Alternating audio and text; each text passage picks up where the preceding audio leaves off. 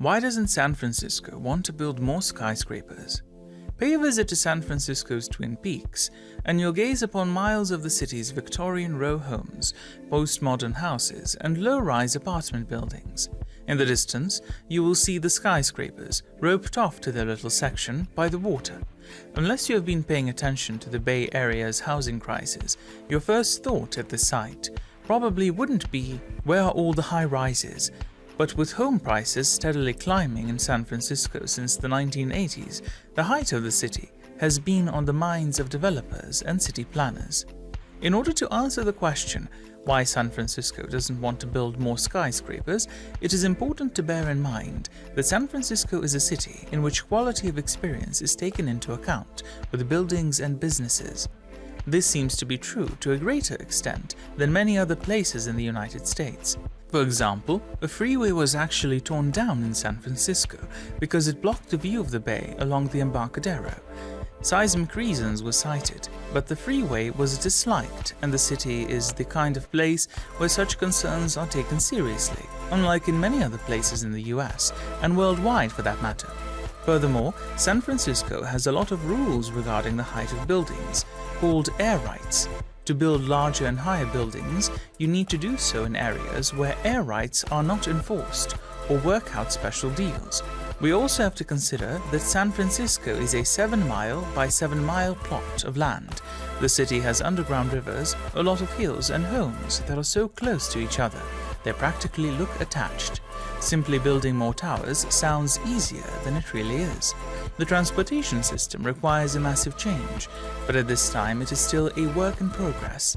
By adding more towers and bringing in more people, the city needs to plan for more public transportation and road improvements.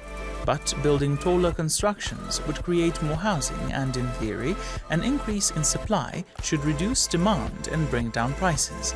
Some San Franciscans haven't altogether trusted this logic to account for the city's working class, while others have counted on it to maintain their property values. A highly participatory planning process allows neighborhood groups to contest each new construction project, and the city's leadership wring their hands as they welcome tech jobs into the city, but fail to come up with places for the new populace to live. San Francisco's housing issue is incredibly complicated, with many different interest groups involved. But if the city hopes to maintain any sort of middle class, it will need to promote denser developments, experts warn. Earthquakes, by the way, aren't really a factor. Structural engineers are confident that modern high-rises, i.e. skyscrapers, are able to withstand even the worst seismic activity.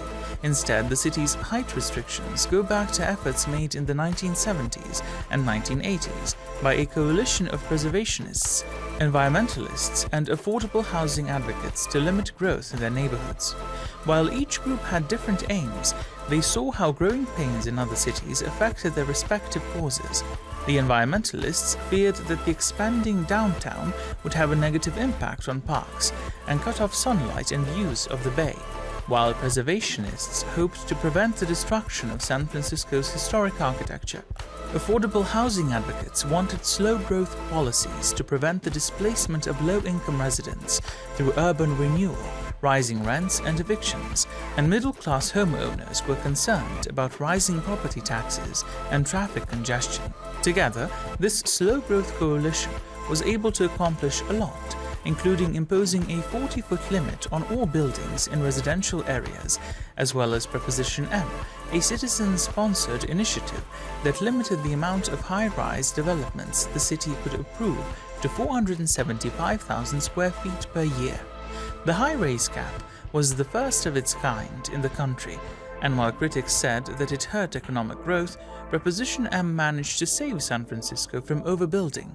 By the late 1980s, cities that left construction up to the market faced steep office vacancy rates, while San Francisco hovered at 10 to 13% vacancy. No one could have foreseen the tech boom, however, and Proposition M did not provide enough housing for the new jobs invited into the city. The limited supply of office space has also led to increasing office rents, and all businesses became more vulnerable as a result.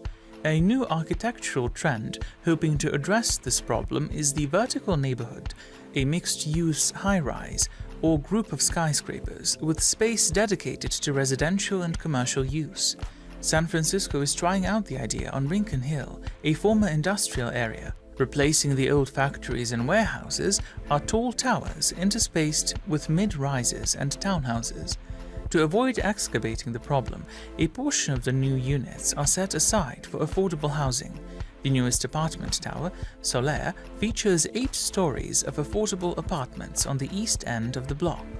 Elsewhere, the city is creating incentives to encourage builders into including more affordable units in their plans. Under the Affordable Housing Bonus Program, developers are able to build higher and denser than legal limits typically allow, if they include more homes for low and middle class families.